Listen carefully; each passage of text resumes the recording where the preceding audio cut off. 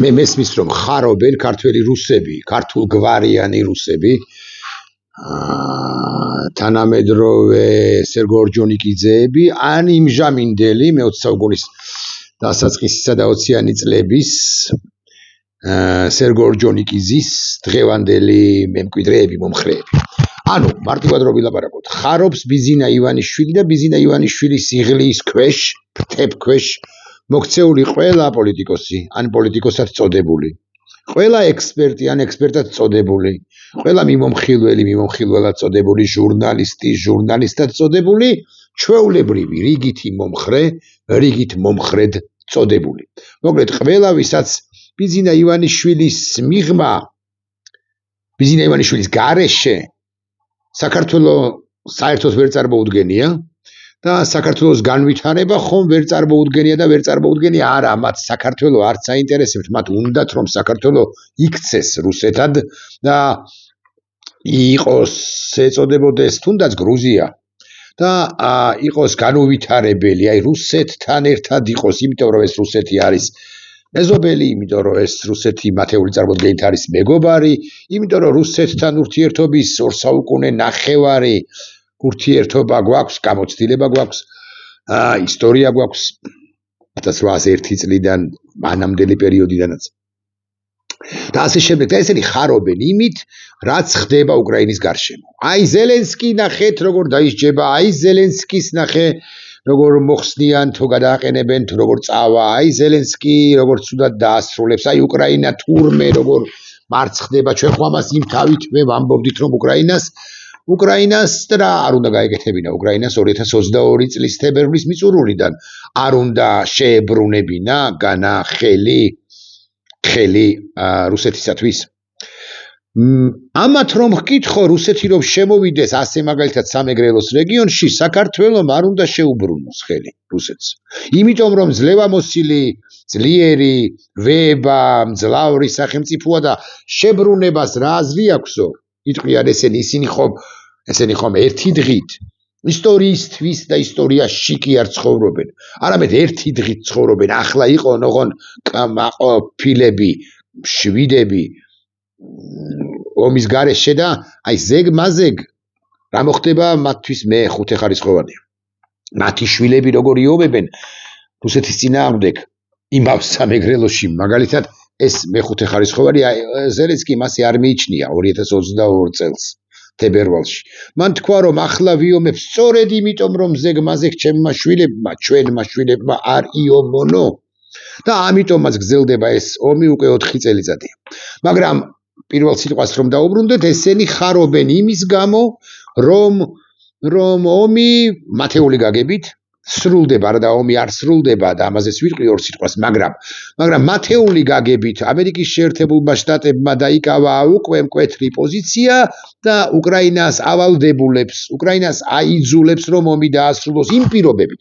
რა პირობებით შეიმუშავა ვაშინგტონმა, ტრამპმა კონკრეტულად და ეს პირობები არის ერთმანეთზე უარესი, მეთქი ეს რომ თქვა ალბათ გასაკვირი არ იქნება. ეს სათქმელია, რასაკვირველია, ყველა მუხს ან მეტნაკლებად ყველა მუხს კიდევ ერთხელ განვიხილავ თქვენთან ერთად, მაგრამ ამის გარდა სათქმელია ბევრი წარე ან მძიმე, უпроსტად რეალისტური სიტყვა. მაგრამ თავდაპირველად თქვენის ნებართვით ვისაუბროთ იმ წინადადებებზე, რომლებიც შეერთებულმა შტატებმა შეიმუშავა და რომლებს ზედათანხმებასაც მოითხოვს უკრაინისაგან ამ ვერსიით.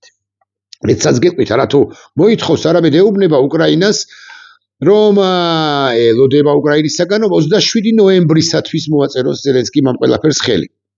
ხოლო რუსეთთან შეთანხმება იმ შემთხვევაში თუ 27 ნოემბერს მოეწერება ხელი უკრაინისაგან, ოღონდ არ მოეწერება, რუსეთთან შეთანხმება ხელმოწერა უფრო ზუსტი რო ვიყო, იქნება მიღწეული რუსეთი ხელს მოაწერს დეკემბრის დასაწყისში იმ შეთანხმებას, რომელიც არსებობს თუ ის არსებობს, მაგრამ მოდი ვთქვათ ასე რომ არსებობს. შეერთებულ შტატებში მოკლედ შეიმუშავეს და ახლა დავიწყოთ განხილვა თითოეული მუხლისა, დეტალურად შევჩერდეთ ყველაზე თუ არა ბევრ მათგანზე მაინც. დოკუმენტი შეიცავს შემდეგ ძირითად დებულებებს. ტერიტორიული საკითხები. ყირიმი, ნახევარკუნძული, დაპყრობილი 2014 წლიდან, ლუჰანსკი და დონეცკი აღიარებულია დე-ფაქტო რუსეთის ტერიტორიებად, ღმერთო ჭებო, ვინმე მახსნას როგორ შეიძლება ოფიციალური კიევი დასთანხმდეს იმას, რომ თუნდაც დე-ფაქტოდ აღიაროს ეს რუსეთის ტერიტორიად. წარმოუდგენელი ამბავი, ამიტომ ეს მუხლი, ტერიტორიული საკითხების ეს ქვემუხლი, მოდი ამ თავითვე ვთქვათ, რომ ხელმოწერილი კიევის მიერ, ზელენსკის მიერ არ იქნება. ესე იგი 28-დან 1-28 უკვე დაწუნებულია კიევის მიერ. ხერსონი და ზაპოროჟიე გაყინულია შეხების ხაზების გასწვრივ, ოკეი, ვინაიდან რადგანაც უკრაინაც დაინტერესებულია ცეცხლის შეწყვეტით, არა მხოლოდ კონფლიქტის დასრულებით, არამედ თუნდაც ცეცხლის შეწყვეტით, კი ბატონო, ანუ ამაზე პრინციპში უკრაინა კიევი იქნება თანახმად. მესამე, უკრაინა გაიყვანს ჯარებს დონეცკის რეგიონის ნაწილიდან, აქ შეიქმნება დემილიტარიზებული ბუფერული ზონა. მე მგონია რომ ეს წარმოუდგენელია, მე მგონია რომ უკრაინა ამას არ გააკეთებს და უკრაინელ ჯარისკაცს ვერავინ ეტყვის, შენ დაიბრუნე ეს ტერიტორია, შენ აკონტროლებ დონეცკის ამ ნაწილს და ახლა პრეზიდენტი ზელენსკი, პრეზიდენტ ტრამპის ბრძანებით თუ კარნახით, ახლა შენ გკარნახობს და გიბრძანებს რომ გადი ამ ტერიტორიიდანო ვერ გავა. რომც მოინდომოს, რომც მოაწეროს ხელი პრეზიდენტმა ზელენსკიმ ამ ქვეპუნქტს, უკრაინელი ჯარისკაცი და ამ ნაწილში არის დაახლოებით 150,000 უკრაინელი. 150,000 უკრაინელი, ასე 15 დღეში თუ 150 დღეში ამ ტერიტორიას არ დათმობს, მაგრამ იმ შემთხვევაშიც კი თუ უკრაინელი ჯარისკაცები გავლენ მარშით დანარჩენი უკრაინის ტერიტორიაზე, ვინ არის მაკონტროლებელი იმისა, რომ დემილიტარიზებული იქნება, დემილიტარიზებული და ბუფერული ზონა იქნება ეს ზონა. ვინ არის მაკონტროლებელი დონეცკის? იმ დონეცკისა, რომელიც დე-ფაქტო რუსეთის ტერიტორიად არის აღიარებული, ვითომ და თუ რეალურად. ამიტომ ეს სადავო მუხლზე მეტია, მე მგონი რომ ამაზეც არ იქნება თანახმა უკრაინის ცენტრალური ხელისუფლება, მე მგონი კი არა დარწმუნებული ვარ ამაში. შემდეგი, უსაფრთხოების და საერთაშორისო სტატუსი. ანუ ჩვენ ახლა 3 მუხლი გავიარეთ, 3-28, ახლა გავიაროთ კიდევ რამდენიმე მუხლი. უსაფრთხოება და საერთაშორისო სტატუსი. უკრაინა კონსტიტუციურად აფიქსირებს ნატოში გაწევრიანებაზე უარს, კი ბატონო, მოცემულ ეტაპზე უკრაინა დააფიქსირებს კონსტიტუციურად ნატოში გაწევრიანებაზე უარს, მესმის რომ ეს მძიმე განაცხადებაა, მაგრამ იქნება პრაგმატულიც კი იყოს, რატომაც არა, კიევი ამას დასთანხმდება პრინციპში. ალიანსი იურიდიულად აფიქსირებს უკრაინის მიღებაზე უარს. ბოდიშ ვიხდი, ეს ნაკლებად მესმის, უკრაინის მიღებაზე თანხმობა ამავე ალიანსს აქვს. იურიდიული თანხმობა გაცხადებული 2008 წელს და ალიანსმა როგორ უნდა წაიღოს საკუთარივე სიტყვები აპრილის თვეში 2008 წელს პირობა, რომელიც მისცა უკრაინას და საქართველოს, მაგრამ საქართველოს ადღა ამ კონტექსტში, ამაზე აღარ ვილაპარაკოთ ახლა, ეს ნაკლებად მესმის, მაგრამ ოკეი, ტრამპი მიაწვა ალიანს დანარჩენ ქვეყნებს, თქვა რომ მოდი, მიუხედავად იმისა, რომ 2008-ში აპრილის თვეში ჩვენ ეს თქვით, მოდი ახლა ვთქვათ, რომ არ ვიღებთ უკრაინასო და კარგით, დავთანხმდეთ ამ მუხლსაც, ცოტა სიგიჟე მგონია, მაგრამ ოკეი. უკრაინის შეერაღებული ძალების რაოდენობა 600,000 პერსონალით შემოიფარგლება. აქამდე იყო ცნობილი, რომ შემოიფარგლებოდა ასეთი ცნობები არსებობდა 300,000 პერსონალით, მაგრამ სათქრება ის დაახლოებით მინიმუმ 200, 300 და შეიძლება 400,000 სამხედრო მოსამსახურეც კი, მათ ეუბნებიან რომ წადით ახლა სახლშიო, ისინი რომლებმაც სისხლი დაღვარეს, რომლებმაც მეგობრები დაკარგეს, რომლებმაც ოჯახის წევრები დაკარგეს, რომლებმაც მეგობრები, მეომრები დაკარგეს, თანამებრძოლები გვერდზე სანგარში, ისინი სად მიდიან? სახლში და რას აკეთებენ ეს პირები, რომლებმაც უკვე ომი იციან საკუთარი 5 თითივით და რომლებსაც რაც მთავარია უნდათ რომ უკრაინა დაიცვათ და რომლებიც რაც მთავარი არ დაეთანხმებიან პრეზიდენტ ზელენსკის თუ ის ხელს მოაწერს ამ გიჟურ წინადადებებს, ესე გიბოდიშებთ სიტყვისთვის და თავჩაღუნულ დაჩმორებულები მიდიან და სახლში იკეტებიან სამზარეულოებში და ვოდკას ასვამენ რუსულს თუ უკრაინულს. ამიტომ მე მგონია რომ ეს გიჟური მოთხოვნა და პრეზიდენტი ზელენსკი ამას ვერ დახყაბულდება და თუ დახყაბულდება უნდა ელოდოს იმას რომ ეს სახლში წასულები მინიმუმ და შეიძლება მთელი უკრაინის შეერაღებული ძალები მას სამხედროები და კიდევ ხელმძღვანელები გასაკვირველი, ანუ გენერალიტეტი მას მიუტრიალდებიან და ეთქვიან, რომ ეგრე არ არის. და ამას წესით და რიგით ისიგრძე განებს პრეზიდენტი ზელენსკი, ამიტომ დამატებით, ეს არის თავარი მიზეზი, მაგრამ ამიტომ დამატებით არ მოვაწერს ის ხელს ამ კაპიტულანტურ, ასე უნდა ვთქვა, მაინც ხელს შეკრულება კი არა შეთანხმებას. ნატოს ჯარების უკრაინის ტერიტორიაზე განთავსება აკრძალულია, კი მაგრამ ვინ აკონტროლებს იმ, აი ზემოთ ხო იყო დონეცკის რეგიონის ნაწილიდან შეიქმნება დემილიტარიზებული და ბუფერული ზონა. ვინ გააკონტროლებს კი მაგრამ იმ ბუფერულ ზონას? ვინ არის ის მონიტორინგის განმახორციელებელი? ვინ ამბობს, ვინ იტყვის, რომ რუსებმა დაარღვიეს და თუ დაარღვიეს, მათ ხელები უნდა წაეჭრათ, წარეკвეთოთ ძირშივე. ვინ? თუ არა ნატოს ჯარი, ანუ სურველთა კოალიციაც რომ არსებობს, ოღონდ სურველები არიან ისინი. თეორიულად ჩანასახში არსებობს. ისიც აღარ უნდა იყოს, ნატო აწერს გან ამაზე ხელს. კითხვა მაქვს. ნატო უკრაინას თავი დავარებოთ ერთს, გერმანია აწერს ამაზე ხელს. გერმანია, პოლონეთი აწერენ ამაზე ხელს, რომლებიც შესანიშნავად ხვდებიან და ესმით კიდეც არა მარტო ხვდებიან, არამედ ესმით კიდეც მუქარები მოსკოვიდან იმის თაობაზე, რომ ხვალზე ბერლინსა თუ ვარშავას აიღებს რუსეთის შეერაღებული ძალები და არტყამს. მათ შორის ბირთვული იარაღითაც. და ესმით არა მხოლოდ მიმომხილველების მხრიდან, არამედ ოფიციოზის წარმომადგენლების დათვრება მედვედევი ამას იტყვის, გამოთვრება მართლა დათვრეს ერჩვენიან დღეს ეხლა უკვე პუტინი და ბერლინს ესროლოს. ამიტომ ბერლინელებისთვის თუ გერმანელებისთვის პრინციპულად მნიშვნელოვანია, რომ იქ გააკონტროლონ, რომ იქ იმის შემდეგ რომ მოეწეროს ამას ხელი, იმის იქით აღარ წავიდეს ეს ბუფერულ ზონას არ გასცდეს ეს რუსეთის საოკუპაციო ჯარი, თუმცა ეს რასაკვირველია მთლიანად არის დოკუმენტი დასაწული, მაგრამ ახლა ჩვენ ნაწილ-ნაწილ გავდივართ და ვიწუნებთ, არა ვიწონებთ, არამედ ვიწუნებთ მის მუხლებს, რომლებსაც ზელენსკი აქვე გეტყვით და აგასპოილერებთ, ხო? ზელენსკი კი კარგად იქცევა და ჩადის ვაშინგტონში მაღალი ალბათობით შეხვდება და უსაბუთებს ტრამპს, რომ ეს წითელი ხაზია, ამას ვერ გადაკვეთს, ეს არასწორია, ერთგოჯს მიწასაც არ დათმობს, მაგრამ და ეს სწორი დიპლომატიური ნაბიჯია, არათქმევინებს არავის, რომ თავად ჩაშალა ამერიკის შეერთებული შტატების დიპლომატიური ძალისხმევანი, მაგრამ ზელენსკი ამ რედაქციით, რასაც ახლა განვიხილავ, რასაკვირველია, ხელს არ მოაწერს, რომს გაგიჟდეს და ხელი მოაწეროს, აკი გითხარით წინა ბლოკშიც და ახლაც გავიმეორებ, რომ ამ შემთხვევაში ზელენსკის ბუტრირებს ხადია, მაგრამ მაიდანზე დაკიდებენ, კი მოდიშებთ, მე ზელენსკის მომხრეო კი არა, ლაბის ფანი ვარ, მაგრამ როგორც რუსეთისათვის ხელმრტყმელისა, მაგრამ ეს გმირი ანტიგმირად იქცევა ჩემთვისაც, თუ ის ამაზე წავა.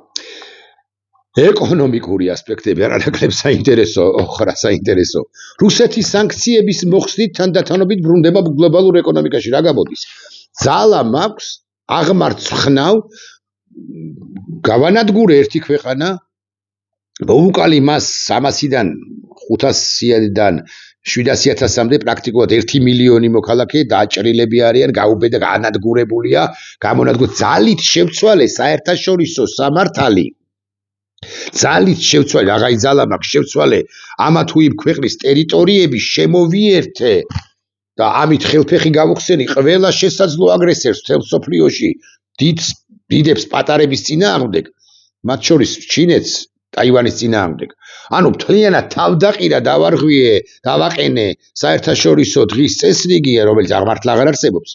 და ამის შემიუხედავად სანქციები მოგვიხსენითო ეუბნება და ამერიკას თანახმა ამაზე, რომ სანქციები მოეხსნას რუსეთს და ზელენსკი უნდა მოაწეროს ხელი იმას, ცოტა მეცინება, რომ რუსეთი თანდათანობით უნდა დაბრუნდეს გლობალურ ეკონომიკაში. ეს არ არის თავარი. ეკონომიკური ასპექტების ქვემუხლი არის შემდეგი. უკრაინის აღდგენის ფონდი იქმნება 100 მილიარდი დოლარის გაყიდული რუსული აქტივების გამოყენებით. ოკეი, ზელენსკი მოაწერს ამას ხელს, თუმცა მე ეჭვი მაქვს, რომ 100 მილიარდი ეყოფა და რუსეთი კი თანახმაა იმაზე, რომ რუსეთმაც უნდა მოაწეროს ხელი, რომ 100 მილიარდი დოლარის გაყიდული რუსული აქტივები მოსკოვშიც უნდა მოეწეროს ხელი. აკი გითხარით, რომ დეკემბერში ჯერ კიევმა უნდა მოაწეროს და მერე მოსკოვმა და მოსკოვი ამას აწერს ხელს. რომ 100 მილიარდი რუსული აქტივები უკრაინის აღდგენაზეა მიმართული. მე გეტყვით, რომ არა თუ კიევი, არამედ მოსკოვიც არ აწერს ამას ხელს, თუნდაც აი ამ ქვემუხლს. მოსკოვიც ჭედავს მისეული გაგებით ის შესაძლოა კი არა ნამდვილად მართალიც არის ჩემი აქტივებია საბოლოო ჯამში უკრაინის აღდგენაზე რატომ უნდა მიემართოსო ამას იტყვის პუტინი ახლა მთავარი არის ვინ დაიწუნებს ვიმეორებ დაიწუნებს ამ ამერიკულ გეგმას პირველი ვინც დაიწუნებს პირველი იმას კი ბოდიშებთ და შეეტენება ამ შეთანხმების თუ ხელშეკრულების თუ შეთანხმების ჩაშლა ტრამპისეული გეგმის ჩაშლა და ამას ამის პროლონგაციას გაწელვას აკეთებენ ახლა ლიდერები ძალკე პუტინიც გააკეთებს და ზელენსკი კი ნამდვილად აკეთებს ეს ჩვენში რო დარჩეს ხო ესე იგი ამერიკის შეერთებული შტატები და ევროპა ინვესტირებას ახდენს უკრაინის ინფრასტრუქტურასა და ეკონომიკის აღდგენაში აქ მოსკოვის მოაწერს ხელს რატომაც არა მაგრამ არ არის დაკონკრეტებული რა თანხებზეა ლაპარაკი 100 მილიარდზე მეტი 100 მილიარდის მიღმა რაც იქნება იმ თანხებზე იქნება ლაპარაკი შემდეგი ქვეპუნქტი გარანტიები და განხორციელების მონიტორინგი ძალიან საინტერესოა შეერთებული შტატები უკრაინას უსაფრთხოების გარანტიას აძლევს არ ვიცით ოღონდ რას გულისხმობს შეერთებული შტატები ძალიან ხმამაღლა ეწინააღმდება შეერთებული შტატები უკრაინას უსაფრთხოების გარანტიებს აძლევს რითი აი ვინმე მახსნას რითი აძლევს ამერიკული ჯარი შედის ვერ შედის იმ შემთხვევაში თუ რუსეთი რომელიღაც ეტაპზე დაარღვევს ამ შეთანხმებას ხელმოწერილი თუ იქნება ის მოსკოვს არ ტყავს შეერთებული შტატები რას ნიშნავს ეგრე ბუდაპეშტის მისცეს უსაფრთხოების გარანტია 94 წელს და ბრიტანელებიც იყვნენ ამერიკელების გარდა და რუსებიც იყვნენ მაგრამ შემოარღვია პუტინმა და აი პუტინზე გიჟი რომ მოვიდეს 2028 წელს პირობითად 16 წელს და ტრამპზე მაგარი რომ არ იყოს ვიღაცა ჭყალებში თუ ჭყალებოთ იმავე 26 წელს იღებს კი მომავალი პრეზიდენტი რომელიმე შეერთებული შტატებისა დემოკრატი მაგალითად აი დაბრუნდნენ დემოკრატები ლიბერალები კომუნისტებს რომ უწოდებთ ხოლმე ხანდახან ბაიდენისებრები ხო ისინიც იღებენ ვალდებულებას ტრამპმა აიღო ვალდებულებები ბაიდენისა ზოგიერთ ნაწილში ამიტომ ეს განსამარტია ეს მუხლი შეთანხმების შესრულების მონიტორინგისთვის შეიქმნება ამერიკის შეერთებული შტატები რუსეთის სამუშაო ჯგუფი რუსეთი რა შუაშია კი არა შეერთებული შტატები რა შუაშია უბრალოდ შეერთებული შტატები შეიძლება თავშიც არის მაგრამ უკრაინა რატომ არ არის ამ ეგრეთ წოდებულ მონიტორინგის ჯგუფში ვინ დაადგინა ეს კარგით მოაწერს უკრაინა ამაზე ხელს კი ბატონო თუმცა არ მოაწერს მაგრამ მაინც რუსეთი იურიდიულად აფიქსირებს ევროპისა და უკრაინის წინააღმდეგ თავდაუსრულების პოლიტიკას აქ ეს ალბათ ერთ-ერთი მთავარია თუ მთავარი არ არის ეს პუნქტი რას ნიშნავს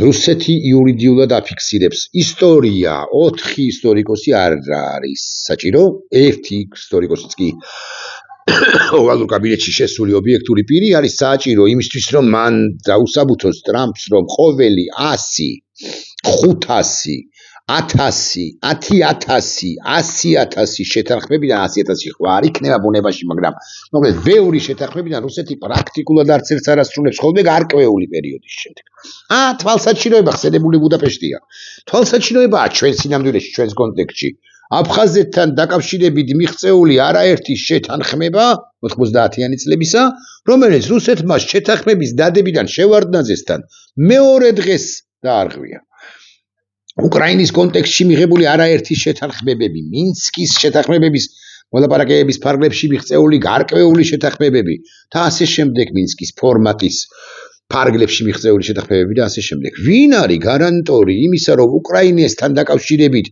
რომც ჩაწეროს კონსტიტუციაში რუსეთმა რაც სრული სიგიჟეა და რუსეთიც არ მოაწერს ამაზე ხელს მეთქი ამ თავითვე და გასპოილერებთ თუ არა ვიცინასწარ მეტყველებ ვინ არის გარანტორი იმისა რომ რუსეთი ამას შეასრულებს არ გამოჩნდება რომელიმე ЧВК ერქვა ხო იმ პრიგოჟინის კომანდას ხო ანუ კერძო სამხედრო თუნდაც სამხედრო დამნაშავეთა ჯგუფი რომლებიც რუსებს ბუფერულ ზონაში არ შეისეირნებენ და არ იმარადიორებენ ან ბუფერული ზონიდან არ გამოისეირნებენ და არ დაარტყამენ უკრაინის რომელიმე კიევის მიერ კონტროლირებად ტერიტორიას ვინ არის გარანტორი იმისა რომ 2027 ჯერ პუტინი რისი გარანტორია მაგრამ 27 წელს არ მოვა რომელიმე კიდევ ერთი დერჟავისტი და არ ღვევს ამ შეთანხმებას არავინ თუ სიმართლე გინდათ და კონსტიტუციაში ჩაწერა ამას ვერ უშველი საერთოდ სანამ ეს ომი არ დასრულდება რუსეთის სრული მარცხით გეოსტრატეგიული მარცხით პირველ ყოვლისა ხო მანამდე ომი როგორც ასეთი გაგრძელდება მაგრამ ამაზე ხომ არ ვლაპარაკობ ახლა მე ხომ მიმომხს განსახილველი მაქვს ხო ცალკეული მუხლები ამ რანაირად თქვა გარდა იმისა რომ უნდა თქვა რომ ეს არის კაპიტულანტური შეთავაზება უკრაინისათვის რაზეც უკრაინა ხელს არ მოაწერს მეთქი აქ იგითხარით ბოდისვიხტის სიტყვისთვის გაიხევა შუაზე თლად უარ სიტყვის ამერიკულ დახმარებაზე კიდევ იბრძოლებს 6 თვე 8 თვე თუ 1 წელიწადი ევროპელები მიეხმარებიან კიდევ 6 თვე 8 თვე თუ 1 წელიწადი საკუთარი იარაღით იბრძოლებს უკრაინა დათმობს რასაკვირველია მეც თუ უკრაინიდან გავიდა შეერთებული შტატები მაგრამ ამას ვერც ზელენსკი მოაწერს ხელს და დღეს მეუბნებოდი ჩემს ერთ მეგობარს იანუკოვიჩი რომ დააბრუნო მეთქი ხო კუჩმა რომ დააბრუნო იანუკოვიჩი რომ დააბრუნო კუჩმას კიდე რა უჭერს იანუკოვიჩი რომ დააბრუნო ისიც კი ვერ მოაწერდა ამგვარ კაპიტულანტურ ხელშეკრულებას შეთანხმებას ხელს მეთქი და რომ გაგიჟდეს და მოაწეროს ხო იარაღი რომ დაადონ შუბლზე ზელენსკის და აიძულონ რომ მოაწერონ ხელი ამას კიევში ვეღარ დაბრუნდება ჩამოაგდებენ ისივე სამხედროები ხვალარა და ზეგარა და მაზიკ რაც თავარია რომც არ ჩამოაგდონ რომც მოაწეროს ხელი 100 დღის თავზე ამაზე გადავალთ რომ ჩატარდეს არჩევნები და ყველაფერი ისე რომ წავიდეს როგორც ტრამპს წარმოუდგენია მარალაგოში მყოფს ხო ან თეთრსახში რა მნიშვნელობა აქვს ხო და ყველაფერი კარგად რომ წავიდეს უკრაინელი ჯარისკაცი არ გაჩერდება უკრაინელი ჯარისკაცი იომებს სისხლ ოღონდ მართლა პირდაპირ მნიშვნელობის სისხლის ბოლო წვეთამდე ტრამპთან შეთანხმების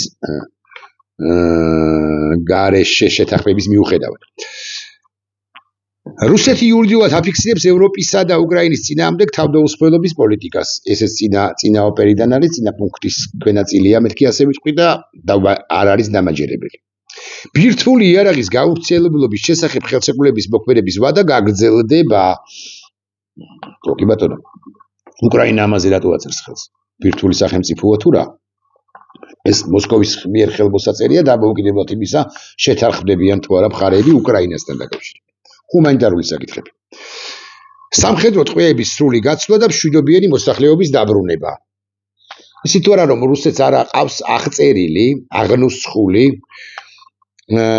ყველა ტყვე რომელიც მას ყავს და ტყვეები კიდე ხო მაგრამ მშვიდობიანი მოსახლეობა რომელიც მან გაიტაცა და მათ შორის ბავშვები ერთ-ერთი ქვეპუნქტი თუ არ ვცდები ბავშვებსაც ეხება ხო არ ეხება ბოდისვიხტი სამხედრო ტყვეების სრული გაცვლა მათ შორის ბავშვების და მშვიდობიანი მოსახლეობის დაბრუნება რუსეთს არ აყავს აღნუსხული ყველა ის ბავშვი რომელიც გაიტაცა შემში არის ლაპარაკი ყველაზე უფრო ესეთი ობიექტური დათვლებით 25-30,000 ბავშვს უკრაინა არჩევნებს ჩაატარებს შეთანხმების ხელმოწერიდან 100 დღის თავზე. შემდეგ სრული ამნისტია კონფლიქტის ყველა მხარისთვის. ასევე ლაპარაკია დესანქცირებაზე უკრაინის.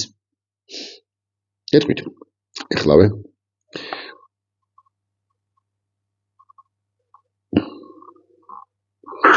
Ну, прекрасный рынок, господи ж ты боже.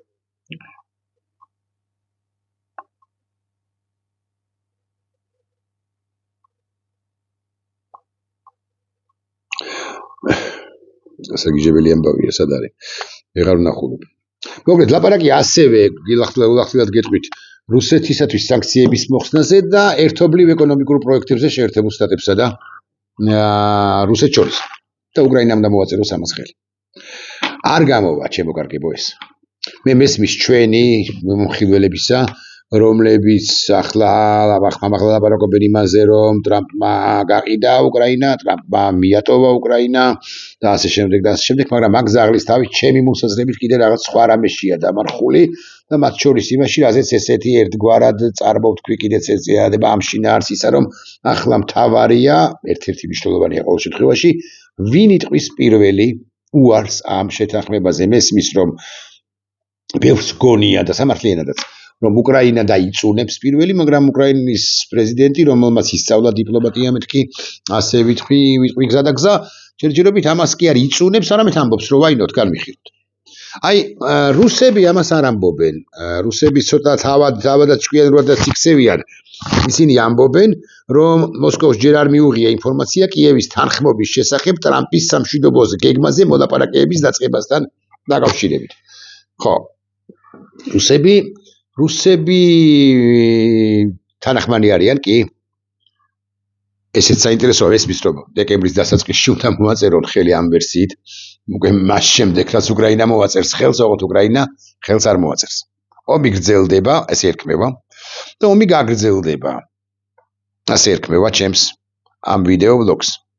ომი გაგრძელდება ნებისმიერ შემთხვევაში. აქვე არ დაგვავიწყდეს რომ პარალელურ რეჟიმში ოხრაუცდაურია და ამერიკელები კიდევ უფრო ინტენსიურად საუბრობენ თემაზე რუსეთის დასაქცირება, მათ შორის ჩრდილოვანი ფლოტის. თუ ამას აპირებდნენ, ან აპირებენ, მაშინ რომელ დასაქცირებაზეა ლაპარაკი. არ დაგვავიწყდეს რომ ამასობაში პარალელურად მაგალითად რუსეთის მიმართ შესაძლო ახალი სანქციები დაწესდეს, ამას ამბობს შეერთებული შტატების ელჩი გაეროში მაიკლ ვოლცი, საკმაოდ ახლო გარემოცვაში იყო პრეზიდენტ ტრამპთან არც თუ დიდი ხნის წინ. ამასვე ამბობს სენატორთა ჯგუფი, მათ შორის ლინსი გრემი.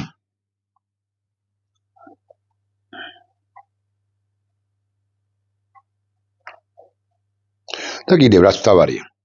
Financial Times-ში კი არა, ეკონომისტი წერს, რომ კაპიტულაციის გეგმაზე დათანხმება იქნება უარესიც კი ყველა უარეს სცენართა შორის უკრაინისათვის. უკრაინა არ არის იმ მდგომარეობაში, იმდენად უიმედო მდგომარეობაში, რომ ზელენსკი გაეკანოს უკაცრავად სიტყვისთვის და ეგრევე მოაწეროს ხელი ამ შეთანხმებას. და მე ახლა გეტყვით, არა მხოლოდ ევროპელების პოლიტიკის და მხარდაჭერის გამო არ არის უიმედო მდგომარეობაში. არამედ ამერიკელთა როგორ უნდა ვთქვა, პარალელური პოლიტიკის გამოც არ არის უიმედო მდგომარეობაში. და საერთოდ უნდა გვახსოვდეს, ამერიკა არავის მიუხედავად იმისა, რომ ტრამპმა მოიწონა, მაღალი ალბათობით ეს ყველაფერი და ასე შემდეგ, ამერიკა არავის არაფერს არ ავალდებულებს. ეს არის ოფერი. და თუ ოფერი არ შედგა, არ გამოვიდა, მათ შორის თუნდაც უკრაინელების ძალისხმევით, ამერიკელები ვერავის ვერ დაავალდებულებენ. მით უმეტეს ვის?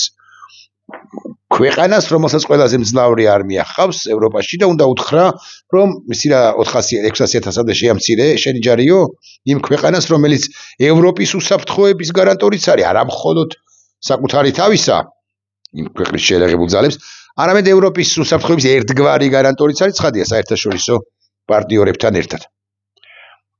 ვერაფერი შეღავათია, იქ ერთგან იყო ასეთი ინფორმაციას იმის თაობაზე, რომ პოლონეთში განათავსებენ ამერიკელები საკუთარ მოიერიშე ზუსტად არ მახსოვს აქედან გამომდინარე, მოკლედ დიდი რაოდენობით იარაღს შეიტანენ უკრაინაში და მიუშვერენ უკრაინისაკენ, რუსეთისაკენ. ეს ვერაფერი შეღავათია, რაკეტებზეა იქ ლაპარაკი, მათ შორის ტომოჰავკებზე და ასე შემდეგ და ასე შემდეგ. ეს ვერაფერი შეღავათია. მომავალში თუ მოფერიან და დესანქცირებული რუსეთი ის ყველაფერზე წამსვლელია. ამიტომ ახლა დღეს და ახლა უნდა იყოს მოსრულებული ის.